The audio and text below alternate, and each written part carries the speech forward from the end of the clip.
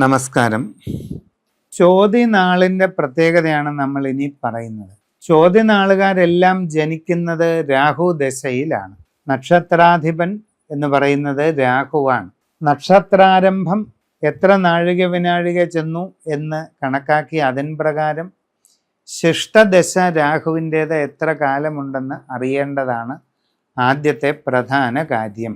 തുടർന്ന് ജനനശിഷ്ടം നിങ്ങളെ രാഹു എത്ര കാലം സ്വാധീനിക്കുന്നു, പിന്നീട് വരുന്ന വ്യാഴദശയുടെ പ്രായമേത്, അനന്തരം വരുന്ന ശനിദശയുടെ ഘട്ടമേത്, ഇതൊക്കെ അറിയാനായിട്ട് പറ്റും. ശൈശവകാല ക്ലേശങ്ങൾ കുറച്ച് കൂടുതലായിരിക്കാം.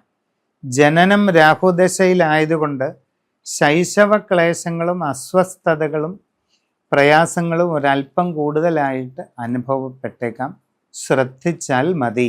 പിന്നീട് വരുന്നത് വ്യാഴദശ ആയതുകൊണ്ട് വലിയ ക്ലേശങ്ങൾക്ക് സാധ്യത കുറവാണ്. എങ്കിലും സാമാന്യമായിട്ട് ശ്രദ്ധിച്ചു പോരുക. പിന്നീട് വരുന്നത് ശനിദശാകാലമാണ്.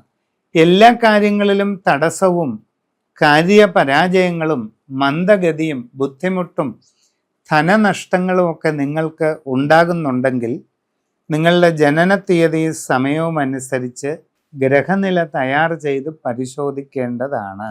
നിങ്ങളുടെ ജാതകത്തിൻ്റെ പ്രത്യേകതകൾ ഇപ്രകാരം കണക്കാക്കി അതിനനുസരിച്ചുള്ള പ്രതിവിധി ചെയ്യുന്നത് തന്നെയാണ് ഏറ്റവും ഗുണകരം. പൊതുവായ രീതിയിൽ പറയുകയാണെങ്കിൽ ശിവക്ഷേത്രത്തിൽ ഒരു ക്ഷീരധാര നടത്തുന്നത് പ്രയോജനം ചെയ്യും. അതോടൊപ്പം ഗോമേതക കല്ല് വെള്ളി മോതിരത്തിലാക്കി ധരിക്കുന്നതും പ്രയോജനകരമാണ്.